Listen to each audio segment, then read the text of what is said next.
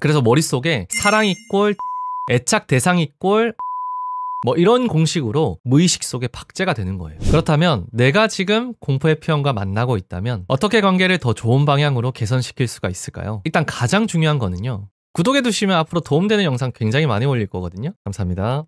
여러분 안녕하세요. 네, 댓글로 많은 분들께서 공포 회피형에 대해서 다뤄줬으면 좋겠다 이렇게 얘기를 하시더라고요. 그래서 오늘은 성인 애착 이론 중에서 가장 난해하고 어려운 공포 회피형에 대해서 알아보려고 합니다. 일단은 이 채널이 국내에서 최고의 심리 채널이 될 거니까요. 미리 구독해주세요.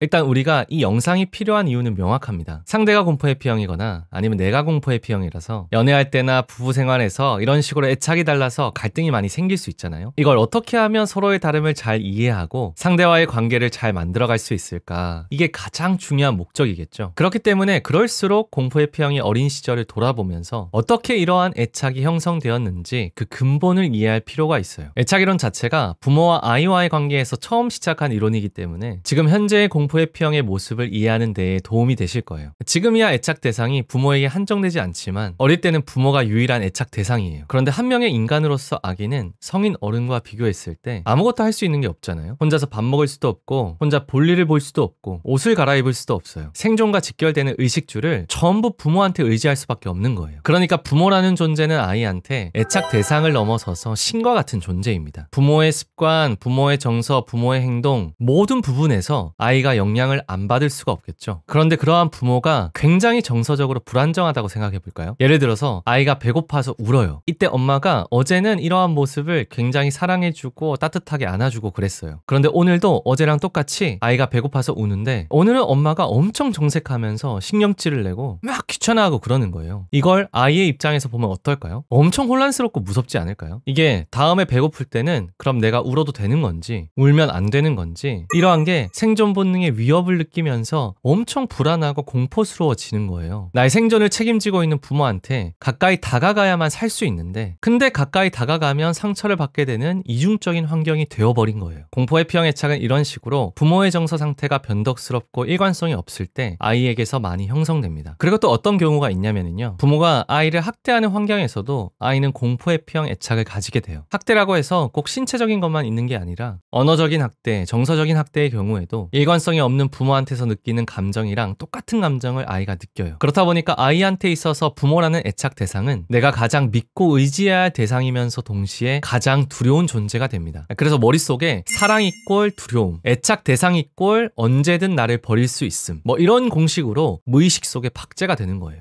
그런데 이 어릴 때 경험했던 혼란스러운 감정이 성인이 되면서 사라지는 게 아닙니다. 평소에는 큰 문제가 없어 보일 수 있지만 연애를 하게 되면서 깊은 관계를 맺어야 할 때마다 문제가 생기게 되는데요. 어릴 때 부모한테서 느꼈던 무섭고도 혼란스러운 그 감정이 그럴 때마다 계속 올라오는 거예요. 성인 애착 이론에서 말하는 공포 회피형의 특징 첫 번째, 공포 회피형에게 애착 대상이 생기면 모순되고 이중적인 감정을 느끼게 됩니다. 일단 회피형 애착이랑 한번 비교해 볼게요. 회피형은 공포 회피형에 비해서 나름 일관적인 감정 양상을 보여요. 제 영상을 보신 분들은 아시겠지만 회피형도 공포 회피형처럼 거절당할 것에 대한 본능적인 두려움이 무의식 속에 있어요. 그런데 회피형은 그걸 애초에 느끼고 싶지 않은 거예요. 그 느낌을 줄 수 있는 모든 경로를 제거하고 싶은 거예요. 그걸 그렇게 안 느끼려고 발달하다 보니까 자신의 애착 욕구가 작동하지 않도록 불활성화 행동이라는 걸 합니다. 말 그대로 애착 욕구를 활성화시키지 못하도록 하는 행동을 하는 거죠. 상대의 단점이 막 보인다든지 갈등을 방치한다든지 자기 전남친, 전여친이랑 비교한다든지 이게 전부 다 불활성화 행동들이고 친밀감을 원하지 않는 방향으로 계속 달아나는 거예요. 되게 한결같지 않나요? 그런데 회피형 애착과 다르게 공포 회피형은 애착을 원하고 친밀감을 원하는 욕구가 상당히 강해요. 그래서 상대랑 가까워지고 싶고 상대한테서 친밀감을 원해요. 이게 회피형이랑 많이 다르죠. 그런데 그러면서 동시에 상대가 두려운 거예요. 그 두려운 마음이 뭔가 싶어서 이렇게 열어보면 혹시 나를 버리고 떠나버릴까봐 두렵고 무서우니까 막 회피하고 싶은 감정이 이 두려운 마음 바닥에 깔려 있는 거예요. 이걸 유기불안이라고 하거든요. 유기, 버림받는 것에 대한 두려움, 불안 이런 의미예요. 사랑이 꼴 두려움, 애착 대상이 꼴 언제든 나를 버릴 수 있음. 이 공식의 전제가 바로 유기불안이에요. 이 두려움의 근본은 회피형과 같지만 원하는 욕구의 양상은 많이 달라요. 어쨌든 이게 무의식 가운데 자리 잡고 있다 보니까 상대가 나의 애착 대상이 되는 순간부터 모순되고 이중적인 감정을 내 의지랑 상관없이 저절로 느끼게 되는 거예요. 그래서 이걸 제어하기가 쉽지 않습니다.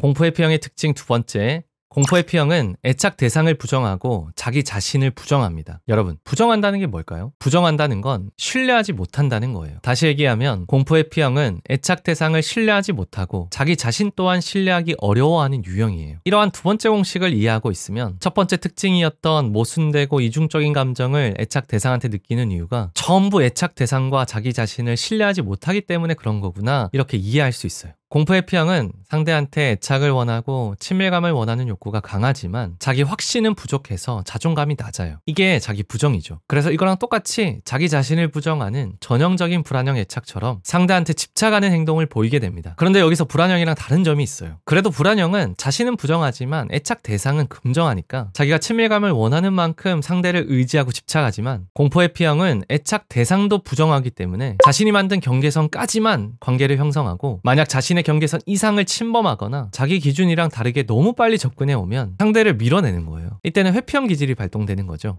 다르게 한번 설명해 볼까요? 공포의 P형은 자신을 부정하다 보니까 일정 이상 상대가 가까이 다가왔을 때 자신의 단점들, 열등감 콤플렉스, 이런 것들이 드러날 거라 생각해요. 그러면서 애착 대상 또한 부정하다 보니까 그러한 자신을 보게 되면 내가 나 자신을 부정하고 신뢰하지 못하는 것처럼 애착 대상도 나를 싫어하고 나를 버리고 떠나버릴 거라 생각하는 거죠. 이렇게 애착 대상과 자기 자신을 부정하게 되면 아무리 친밀감을 상대한테서 얻고 싶어 해도 이런 식으로 모순되고 이중적인 감정이 생길 수밖에 없는 거예요. 공포의 P형의 특징 세 번째, 공포의 P형은 연애 상대에 따라서 애착이 극단적으로 바뀝니다. 자, 만약에 연애 상대가 주변에 이성이 많고 인기가 많다고 해볼게요. 이러면 되게 신경 쓸 게 많고 불안하겠죠. 이런 경우에 공포의 P형은 불안형처럼 행동을 합니다. 그리고 또 어떤 경우가 있냐면요, 상대가 회피형이거나 나르시시스트 같은 사람들이잖아요. 그러면 초반에는 막 경계가 되니까 회피형처럼 행동하다가 상대가 나한테 확신을 주지 않고 뭔가 마음을 자꾸 주지 않는다는 게 느껴지면 그때부터는 불안형처럼 행동을 하게 돼요. 그럼 불안형은 도대체 어떻게 행동하는 거냐 싶으시잖아요. 제 영상 중에 불안형 애착이 연애하면 나오게 되는 특징 3가지에 관한 영상이 있으니까요. 그 영상을 참고해 주시기 바랍니다. 그리고 이제는 반대로 상대가 애정결핍이 심해서 나한테 오히려 집착한다거나 뭔가 내가 쳐놓은 이 경계선 이상으로 넘어오려는 느낌이 들면 이럴 때는 회피형처럼 행동하게 돼요. 어느 순간 갑자기 가까워지는 게 싫어서 밀어낸다든지, 상대한테 감정 표현을 전혀 안 한다든지, 헤어질 생각부터 한다든지, 이러한 회피형적인 행동들을 하는 거예요. 상대의 이런 애정이 갑자기 부담스럽고 언젠가는 사랑은 또 변하니까 언젠가 나를 거부하고 버리기 전에 자기가 먼저 차단하는 행동을 하는 거예요. 이건 회피형 애착을 가진 사람들이 연애할 때 나오는 특징 3가지에 대해서 이전 제 영상을 참고해 주시면 도움이 되실 거예요. 이런 식으로 어떤 사람 앞에서는 불안형이 됐다가 어떤 사람 앞에서는 회피형이 됐다가 또 어떤 사람한테는 불안형과 회피형의 기질이 다 나왔다가, 이런 식으로 공포 회피형에 대해서 잘 모르면 이 사람이 불안형인가? 이 사람 회피형이네? 이렇게 단정짓는 일이 생길 수가 있어요. 이렇게 상대 또는 내가 공포 회피형인지 구분이 안 된다 하실 때는 공포 회피형이 가지는 2가지 공식을 떠올리시는 게 좋아요. 그게 뭐였죠? 사랑 이꼴 두려움, 애착 대상 이꼴 언젠가는 나를 버릴 수 있음. 이게 첫 번째 공식이고요. 그리고 애착 대상 부정, 자기 자신 부정, 이게 2번째 공식이에요. 특히 애착 대상을 부정하니까 신뢰하지 못해서 두렵고 불안한 거지만 자기 자신마저 부정하다 보니까 모습이 일관적이지 못하고 상대에 따라서 계속 바뀌는 거예요. 아시겠죠? 공포 회피형의 특징 4번째, 공포 회피형은 상대한테서 특정한 행동을 기대하고 그걸 하는 게 사랑이라고 생각합니다. 그런데 문제가 뭐냐면 대부분의 그러한 요구들은 실현하기 어려운 행동들이에요. 뭐 그런 거 있잖아요. 날 정말 사랑하는 거면 이성 연락처 전부 다 삭제할 수 있는 거 아니야? 내가 아프다고 했는데 날 진짜 걱정하고 생각했으면 반차를 내서라도 나한테 와줘야 하는 거 아니야? 아니, 지방에 출장을 갔어도 나랑 지금 이렇게까지 싸웠으면 새벽이라도 택시를 타서라도 서울까지 와야 되는 거 아니야? 조금 과장을 보태서 이런 식으로 생각하는 거예요. 일반적인 사람이 봤을 때는 굉장히 무리하고 실현 불가능한 요구들을 하는 거죠. 근데 그걸 하지 않았을 때 날 사랑하지 않구나라고 단정짓는 무기로 쓰는 거예요. 이게 같은 공포 회피형이라도 사람의 성향에 따라서 겉으로 표현하는 사람도 있고요, 그냥 속으로 생각하는 사람도 있어요. 내가 굳이 이렇게 말하지 않아도 그렇게 해줘야 한다고 생각하는 거죠. 자신도 사실 그렇게 하는 게 어려울 텐데 그래도 공포 회피형 입장에서 보자면 자신도 못 믿겠고 상대도 못 믿겠으니까 그 정도의 행동이라도 해줘야 내가 그래도 널 믿을 수 있을 것 같아. 내가 좀 너를 믿을 수 있게 좀 그렇게 해주면 안 되겠어? 나 좀 살려줘. 약간 이런 무의식이 깔려있는 거예요. 겉으로 봤을 땐 왜 이러나 싶죠. 하지만 이렇게 해서라도 신뢰하고 싶은데 그게 잘 안 되니까, 누군가를 믿는다는 게 세상에서 제일 어렵고 자기 마음처럼 안 되니까 이렇게 해서라도 믿어보고 싶은 그런 심리인 거죠. 어찌 보면 되게 애절하고 마음 아픈 감정이에요.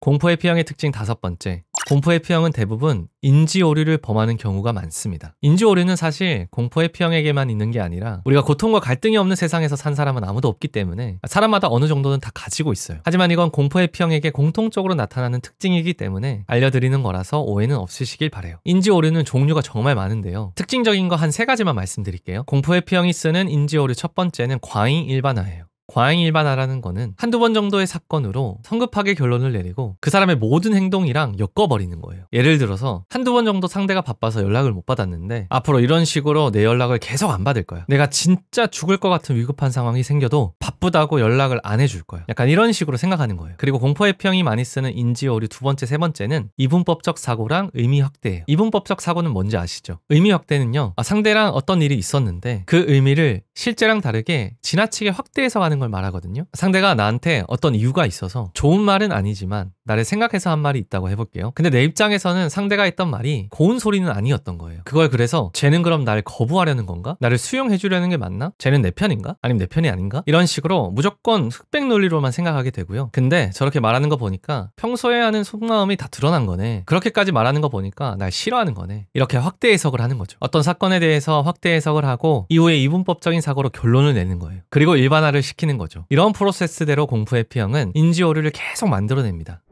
5가지 말고 번외로 1가지 특징만 더 말씀드릴게요. 공포회피형 애착은 이상심리학에서 말하는 비군 성격장애 중에서 경계선 성격장애의 일부 특징을 가지고 있습니다. 경계선 성격장애를 가진 사람들은 강렬한 애정이랑 강렬한 분노가 막 교차하는 불안적인 정서를 가지고 있는 게 특징인데요. 둘 다 버림받는 것에 대한 공포가 있다는 게 비슷해요. 공포회피형이 경계선 성격장애의 어떠한 일부 특징을 가지고 있는 건지 그 공통점, 차이점 이런 것들은 나중에 경계선 성격장애 편 영상에서 좀 더 다뤄보도록 하겠습니다.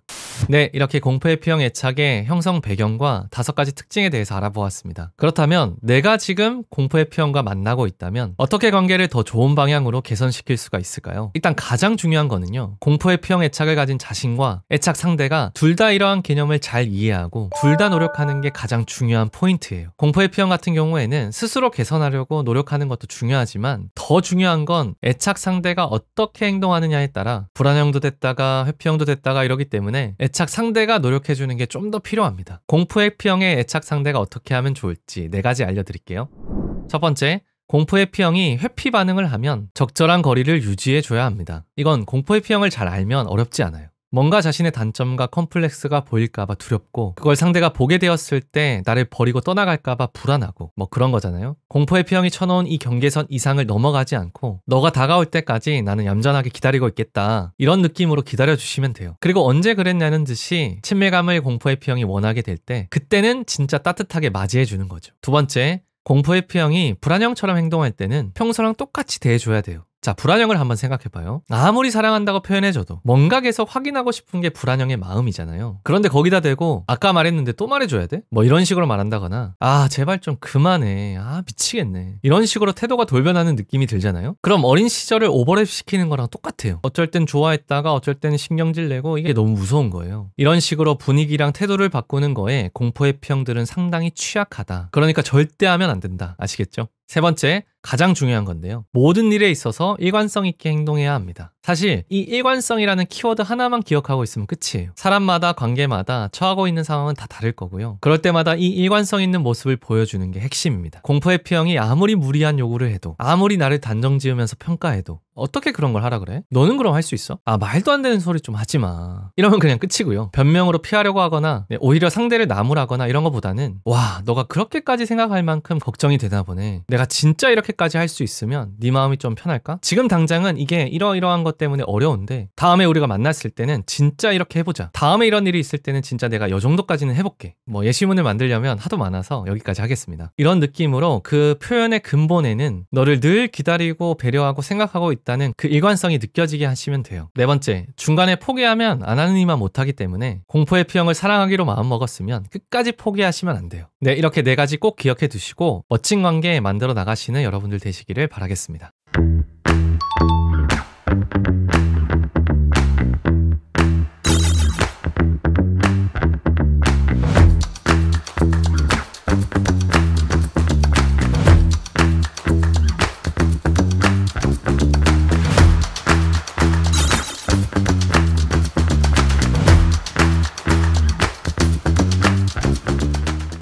네, 영상이 여러분들에게 도움이 되었으면 좋겠습니다. 네, 국내 최고의 심리 채널 미리 구독해 주시고요. 좋아요와 알람 설정까지 하시죠. 감사합니다. 안녕. Images, they were flashing outside, and I can see the glint in your eyes.